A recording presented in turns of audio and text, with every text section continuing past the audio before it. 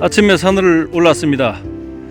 예전에 비교적 좋은 색화가 다소 차단되었던 그 밭자리로 왔는데요. 사실은 제가 아까 요 반대쪽에서 촬영을 했습니다만은 이 구독자 여러분께 전달해 드리고자 하는 화면이 제대로 잡히질 않아서 다시 제 몸으로 지금 그림자를 만들고 있습니다. 약간 확대를 시켜 보겠습니다. 구독자 여러분께 보여드리고자 하는 부분은 바로 이제 이 부분이죠. 이쪽이 신화촉입니다. 신화촉인데도 불구하고 이렇게 하얗게 그을린 듯한 일소 현상이 나타났고요. 좀 추위에 얼어서 이렇게 색이 변할 수도 있다, 이런 말씀을 주시는 분도 계시죠. 이쪽도 그렇죠. 그래서 이런 부분이 얼어서 이제 동해 현상으로 세포질이 파괴되어서 이렇게 좀 하얗게 탈색이 되는 경우도 있겠으나, 색화들 같은 경우에는 이제 이 세포질 속에 들어있는 화청소나 등황소가 빛에 약하기 때문에 이렇게 타는 현상, 즉 일소 현상이 나타나는 경우도 있다, 제가 말씀을 드렸었죠.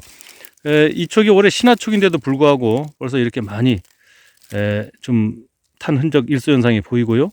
구촉도 이런 현상이 보이고 있습니다. 다른 것보다도 이제 제가 이 산지는 다수 이제 색화를 제가 촬영했던 자리여서 이런 부분도 그렇고요. 남아있죠. 상당히 제 나름대로는 색화의 향기가 진하게 난다, 이런 생각이고요.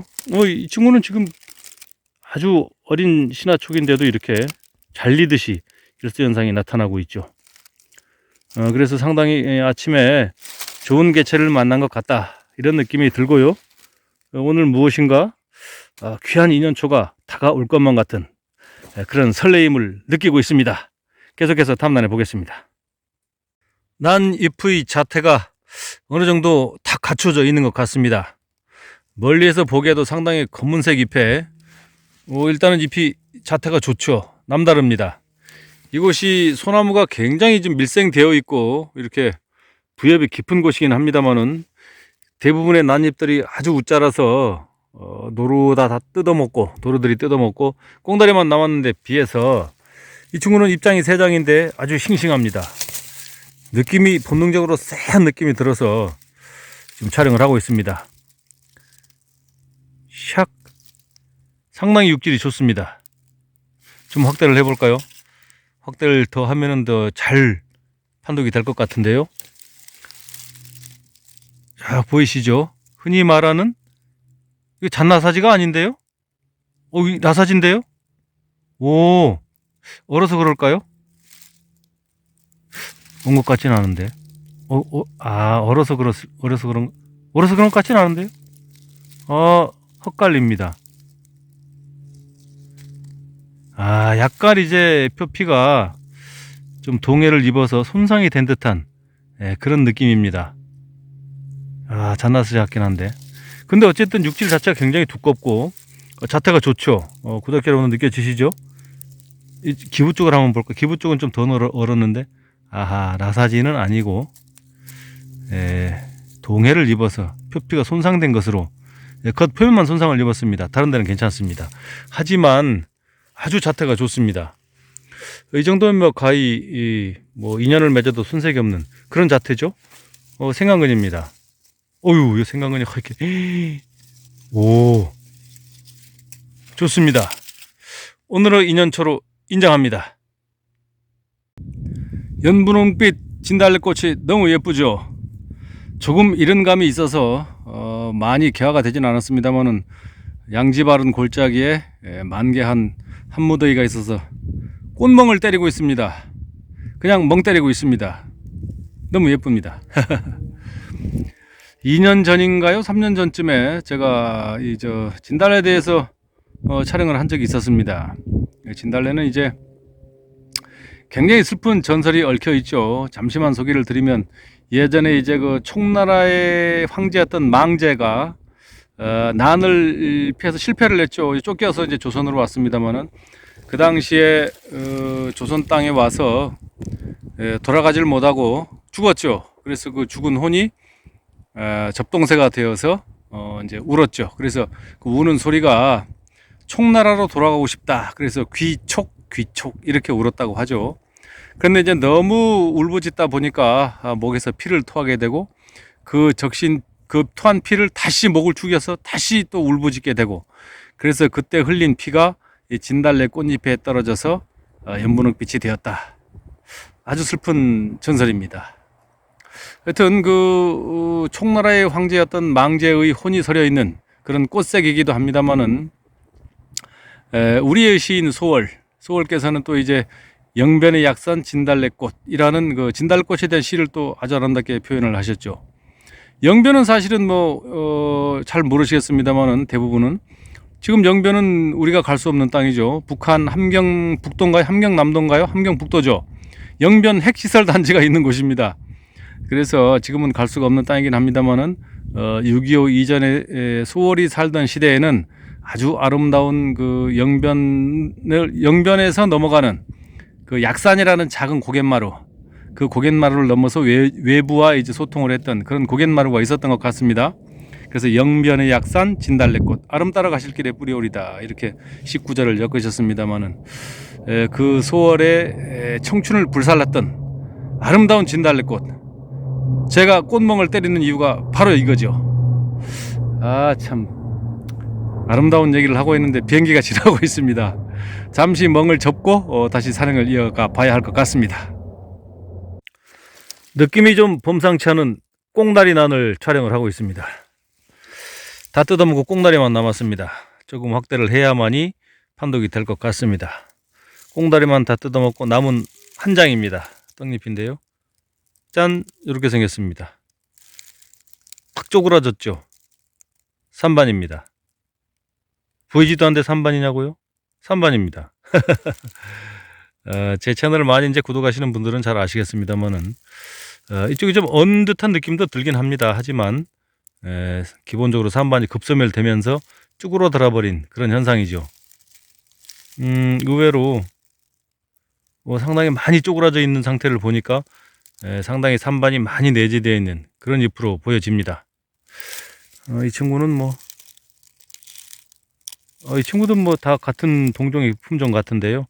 이 친구가 정말 좋네요. 하지만 이 친구 또 갈등을 쌓이게 하는데요. 신화를 받아볼까요? 그냥 놔둘까요? 정말 갈등 생기는데, 이 친구도. 이 친구는 제가 체란을 해서 멀리 비행기 타고 물을 건너온 제주도 친구에게 선물로 주어야 될 것 같습니다. 내리게 왔는데 하나는 가져가야죠. 그래도 무엇인가 멀리 벗을 찾아왔는데 한 가지라도 손에 들고 가야 좀 보람이 있지 않겠습니까? 지난 영상에서 구독자 여러분들께 약속을 드린 대로 만개한 야생화의 군락지를 왔습니다. 이곳은 이제 얼레지와 노루개가 혼재되어서 이렇게 많이 밀생을 하고 있는 골짜기인데요. 전에 제가 송나라 최고의 시인 도연명 시인이 지은 도화원기라는 글 중에서, 도화원기라는 소설 중에서 무릉도원을 제가 언급한 적이 있었죠. 절대 인간 세상과는 좀 동떨어진 선의 비경, 세의 비경, 이것이 바로 그런 무릉도원이 아닌가 이런 생각이 듭니다. 보시다시피 흰색과 보라색의 노루기가 이렇게 가득 골짜기에 널려 있죠. 그리고 얼레지가 중간중간 피어 있어야 됩니다만은 이 친구들은 아직 좀 개체가 어려서 그런지 꽃은 피우지를 못하고 있습니다. 그리고 얼레지는 아직 좀 이른 것 같기도 하고요. 일단은 노루기는 겨울이 물러감과 동시에 봄을 불러오는 꽃이기도 하죠. 보라색 노루기 정말 예쁩니다. 초점이 잘 안 맞았나요? 하여튼 이렇게 구독자 여러분과 약속 드린 대로 노루기와 얼레지 군락지를 촬영해서 보여드렸다는 점, 약속은 제가 반드시 지키죠. 사실은 이것을 촬영하기 위해서 또 일주일간 또 먼 길을 마다 않고 달려왔습니다. 이 친구는 좀 잘 확대를 해서 구독자 여러분의 오감을 만족시켜 드려야 될 것 같습니다. 환상적이죠? 정말 예쁩니다. 정오가 지나고 해가 어느덧 서쪽으로 다름질을 하고 있습니다. 오전 일찍이 산으로 오르다 보니까 한 서너 시간 산행을 해도 굉장히 지치고요. 또 이른 밤에 햇살이 아주 뜨겁고 따사로워서 등에는 금방 식은땀이 줄줄 흘러내리죠.